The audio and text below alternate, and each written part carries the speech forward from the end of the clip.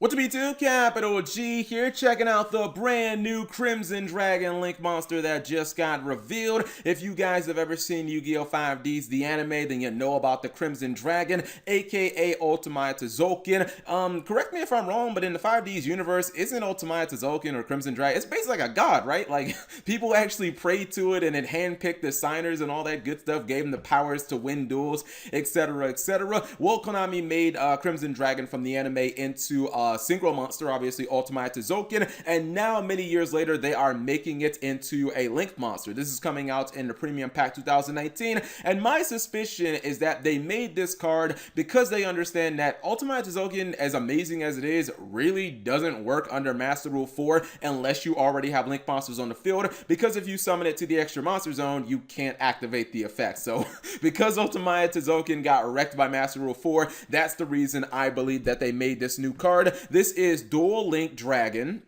Pretty simple name, and honestly, the way that this card is kind of made, I wonder if this might be the first ever Link monster in Duel Link, since it has Duel Links in the name, and it feels very 5Ds-ish. This is a Link 4 Dark Dragon monster. It has 0 attack, just like Ultimaya Tzolkin. Now, the Link arrows, I believe these are Borolo Dragon's Link points, which are to the right, to the left, to the bottom right, and then to the bottom left. The Link materials are 2+ monsters, including a Synchro monster, which, when you really think about it, for a Link 4, that is incredibly easy, especially if you're talking about maybe Needle Fiber being released in a TCG and Savage Strike. Like, a lot of synchro decks have the ability to go into Link 4s, so you definitely are not going to have a lot of struggles producing this card if you're playing a synchro deck. A lot of synchro decks can make this card. The first effect is the hard once per turn. And it says, during either player's main phase, this is a quick effect, you can banish from your extra deck either 1 Power Tool Synchro Monster or 1 level 7 or 8 Dragon Synchro Monster. Special summon to your zone. This card points to 1 Dual Dragon token with that banished monster's type, attribute, level, attack, and defense. The second effect says, while you control a Dual Dragon token, your opponent cannot target this card for attacks or with card effects. This card, in my opinion, was so incredibly close to being absolutely amazing. I mean, this is an okay card. When I say okay, I'm talking about maybe like a 6 out of 10. I mean, it just could have been legitimately like, I don't know, a 9 or a 10 out of 10. The main problem with this card, and I think all of you guys realize it as soon as I read everything that the token gets, the token doesn't get the effect of the monster you banish.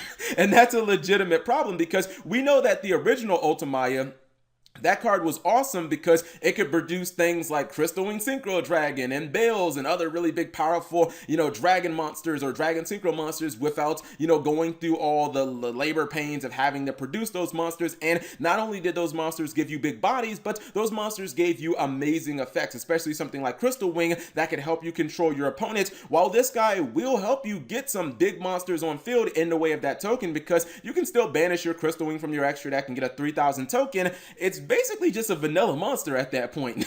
And I'm not really sure that big vanilla monsters are beating a lot of decks in Yu-Gi-Oh! It kind of feels like a Blue Eyes White Dragon strategy. You guys know how Blue Eyes just puts a bunch of big dragon vanilla monsters on the field and kind of hopes that that can overwhelm the opponent. And yeah, against a deck like Trickstars, that might work, because if you summon this and you get yourself a 3000 attack token, and then your opponent's turn comes around and you give yourself another 3000 attack token during their main phase, that legitimately might be enough to beat a deck like Trickstars. You know what? Now that I actually think about it, big ass token control could actually easily beat a deck like Sky Strikers too, because I thought about this and I was like, I'm pretty sure that for them to Widow Anchor take your monster, they have to actually negate the effect, and obviously tokens don't have effects. So Sky Striker is a deck that could legitimately get wrecked by some fucking 3000 attack tokens, because I believe Afterburner is like the only out for that. So I think you could actually end up beating a couple of the meta decks, but I don't know how good it would be consistently. I kind of feel like this card will be, I don't know, like 50% of the time that you summon it, it probably could take over the duel against decks like Sky Strikers, or maybe against, like a Trickstar deck. Even if you had it against Altergeist, the fact that they can't target your Dual Link Dragon with effects with like Miluseek or Sequidius, they would have to get rid of the tokens first. There's a slim chance, if you've got enough spots in your extra deck, that you could actually overwhelm them, but this card could have been fantastic. It could have been really legendary if they would have let the tokens actually have an effect.